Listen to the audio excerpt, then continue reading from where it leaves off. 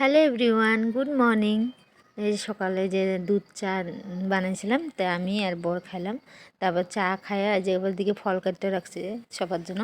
তারপর চা খাইয়ে নিচে নামিয়ে গেলাম বাজারে একটু খরচা আনার জন্য, আলু পেঁয়াজ যা যা লাগে।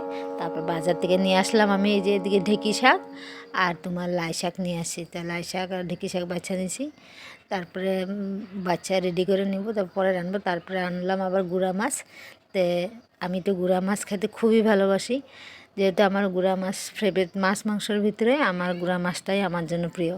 আমি এটা হলে আর কিচ্ছু লাগে না, আমার এটা দিয়েই ভাত খেতে পারি আমি একটু। তার জন্য যখনই বাজারে যাই আমি একটু অল্প করে হলেও গুঁড়া মাছ নিয়ে আসি। এটা সব মিশাল আছে এই মাছটার মধ্যে।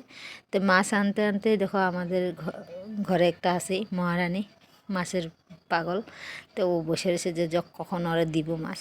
তারপরে দিকে রান্না করে নিয়ে দুপুরে খাওয়া দাওয়া করে বিকেলে আবার গেলাম জুতার দোকানে আমার ছেলের জন্য জুতা কিনতে, কয়দিন ধরে কইতেছিল। তারপর নিয়ে আইছি। তারপরে এখানে ওকে চাউমিন খাওয়ালাম, চাউমিন খেয়ে চলে আসলাম। ভালো লাগলে লাইক শেয়ার করো।